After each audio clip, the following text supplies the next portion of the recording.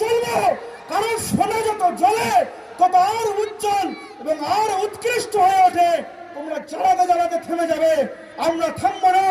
আমরা সেই জাতি, যে জাতি জিতলে গাজী, মরলে শহীদ হয়। তামান্নাকে নিয়ে আসি দুনিয়ার দাসত্ব আর গোলামি ছেড়ে যদি একবার জেগে উঠি, এ সরকারের ভিত মরে যাবে। আগামী যে সময়গুলো আসছে, সরকার পদক্ষেপ নিতে ভুলে যাবে মুসলমানদের বিরুদ্ধে।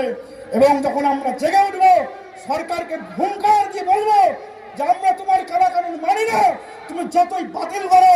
এই মঞ্চ থেকে আমি এটাও ঘোষণা করে যাই যে মসজিদগুলোকে আমরা আবাদ করি, কারণ এই আইন ওয়াকফের বিরুদ্ধে, এই আইন মসজিদের বিরুদ্ধে, এই আইন মাদ্রাসার বিরুদ্ধে। যদি কোনো মানুষ এটা প্রমাণ করে দিতে পারে যে মসজিদ এবং মাদ্রাসা থেকে এতটুকু পরিমাণ হিংসা ছড়ানো হয়েছে, আমি এই মঞ্চ থেকে নেমে যাব এবং মুসলমানরা তাদের সামনে ঝুঁকে যাবে যদি প্রমাণ করতে পারে। মিথ্যা আরোপের পর মিথ্যা আরোপ, আরএসএসের যে প্রপাগান্ডা, সেটা একটাই যে মুসলমান সমাজকে কালিমা লিপ্ত করো। আরএসএসের সব থেকে বড় এজেন্ডা এটা, যে সেটা হচ্ছে একের পর এক মুসলমানদেরকে বেঁধে ফেলো এবং তারা যতক্ষণ না হত্যা করে তাদেরকে বেঁধে তাদের সামনে দাসত্ব করাতে চায়। কিন্তু এই জাতি জানে না যে আমরা মরণের আগে অব্দি করোনা পড়তে পড়তে মরে যাব, কিন্তু এতটুকু পরিমাণে আইনকে মানছি না এবং মানব না। হয়তো বৃহৎ পরিসর দেখার দরকার নেই, কোথায় আন্দোলন হলে দেখার দরকার নেই, কে ডাক দিলে দেখার দরকার নেই। প্রত্যেকটা মানুষের উপর ইমানি দায়িত্ব আসছে। আল্লাহ কাউকে ব্যক্তিগতভাবে কাউকে দায়িত্ব দিয়ে পাঠায় নাই, হাদিস কাদের উপর ব্যক্তিগতভাবে আসে নাই। যখন কোন স্থানে অন্যায় সংগঠিত হবে, জুলুম সংগঠিত হবে, আমাদের গর্জে উঠতে হবে। যদি সেটা সিংহজুলি গ্রাম একা হয়, তো সে একাশ্য ভাবেই উঠতে হবে।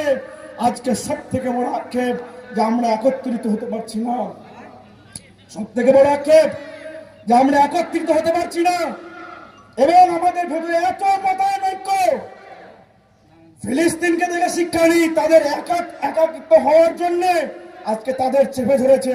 হয়তো আগামীর ভারত আরামে সুখে আছি, নরম গদি আর এসি ছেড়ে বুঝতে পারছি না যে ভবিষ্যৎটা সামনে কি আসতে চলেছে।